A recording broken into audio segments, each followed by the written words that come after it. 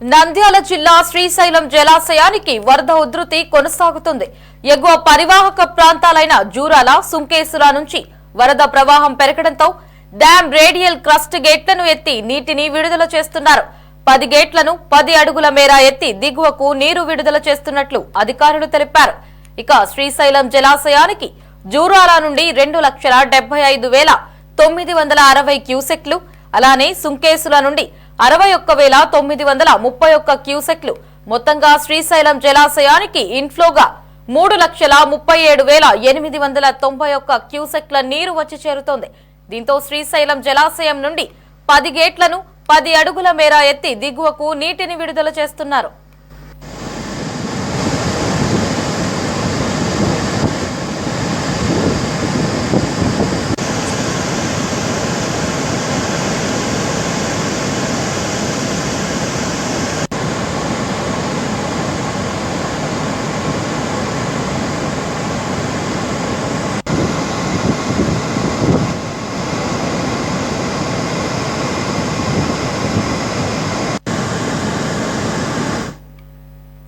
పది radial crust గేట్ల ద్వారా 2,76,620 క్యూసెక్లు, అలానే కుడి ఎడమ జల విద్యుత్ ఉత్పత్తి ద్వారా 56,446 క్యూసెక్లు, మొత్తంగా శ్రీశైలం జలాశయం నుండి దిగువకు అవుట్ఫ్లోగా 3,33,066 క్యూసెక్ల నీరు దిగువన నాగార్జున సాగర్ కు విడుదల చేస్తున్నారు.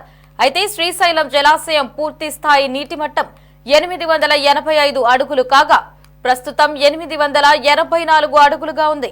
అలానే పూర్తి స్థాయి నీటి నిల్వ సామర్థ్యం 215 టీఎంసీలు కాగా ప్రస్తుతం 210.5133 టీఎంసీలుగా ఉంది.